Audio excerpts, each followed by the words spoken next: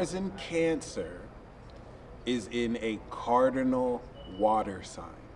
Unlike Aries, which is also cardinal, but fire, we are now putting Mars in the position of its fall.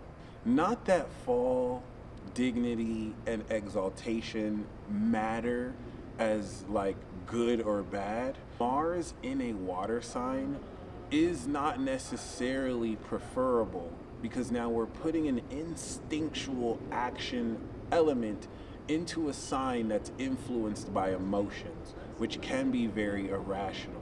That being said, the nature of Cancer is psychic, and so this actually links individual psychic power, the power of your mind and psyche, towards one's actions. The cardinal nature, of course, similar to Aries, is going to suit this Mars towards action. But unlike the raw physical instinctual nature of Aries, Cancer is going to be more the function of emotion.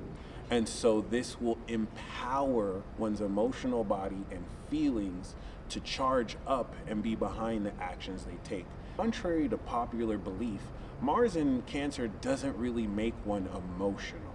However, it's not uncommon to see in people who may cry when they get angry and then shoot you in the face because of a crime of passion. That being said, the water element of Cancer adds psychological depth and emotional intelligence to said actions. I believe another astrologer has said something, maybe KRS astrology, but even though Mars is in its fall, in a period in time like today, it may actually suit you better relative to the more openness people have over feelings. Regardless or not, the psychic nature and quality of a zodiac sign like Cancer will add an intuitive element to the actions one takes.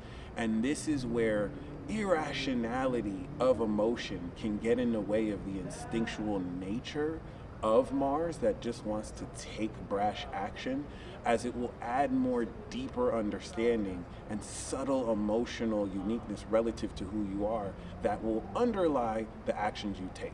Cancer, of course, is the final of the individual signs from Aries, Taurus, and Gemini, and this will also, like the first three Mars placements, represent individual action that one takes by themselves based on their own desires, only unlike the first three, relative to what they feel. And unlike the first three that are more activator type Mars, this is the first of the three integration types that take your individuality and have you interface your action relative to how you feel about others in your environment and really how you feel overall. So I would say the positives of this are being able to take action from a much deeper and not even emotional but personal place. I mean, the more feeling, the better. And should you have a good control of your emotion, it's definitely going to add so much more potency to what you're doing. I would say the negatives of an aspect like this is getting too caught up in your feelings and being able to take a action when you're way too emotional and you're not really thinking straight, which could lead to actions you may regret once you really calm down or once you really get out your feelings. All right. When dealing with Mars in Cancer, it's not a placement that you have to coddle them and care about their feelings, or at least be receptive to sensitivity like a Moon in Cancer. You can be tough with Mars in Cancer. Mars in Cancer natives are going to have that hard shell and actually challenge your feelings and be assertive with how they feel and how you feel. But being in a position to look deeper than the surface and actually take into account how they feel will go a long way, especially when we deal sexually with people who may need to feel in the mood before they do it. Sexually, this placement can make it wet, and the women who have it do get wet.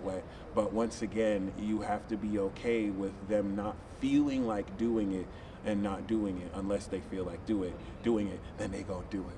That being said, if you would like more insight into your Mars placement, you can holler at me at thepeacedealer.com and we can look that up with you. Peace.